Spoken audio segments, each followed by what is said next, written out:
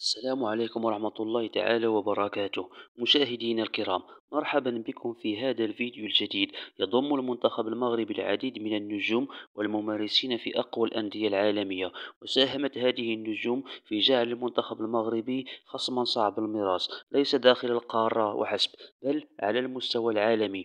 ويتشكل المنتخب المغربي من كوكب من اللاعبين الذين تلقوا تكوينهم داخل المغرب.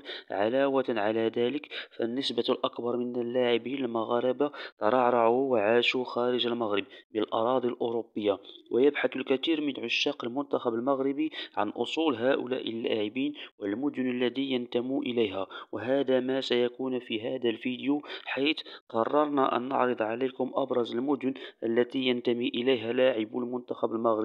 قبل أن نبدأ بعرض هذا الفيديو، لا تنسوا الإعجاب بالاشتراك في القناة وتفعيل الجرس ليصلكم كل جديد.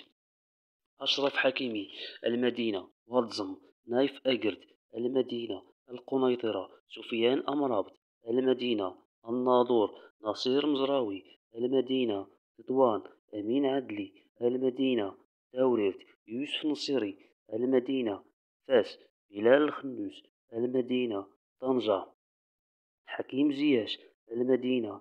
بركان، الزلزولي، المدينة. بني ملال، أمين حارث، المدينة. الدار البيضاء، مناحي، المدينة. الدار البيضاء، ياسين بونو، المدينة.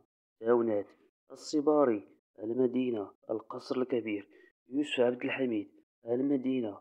تنغير، يحيى عطية الله، المدينة. عسفي، سليم أملاح، المدينة.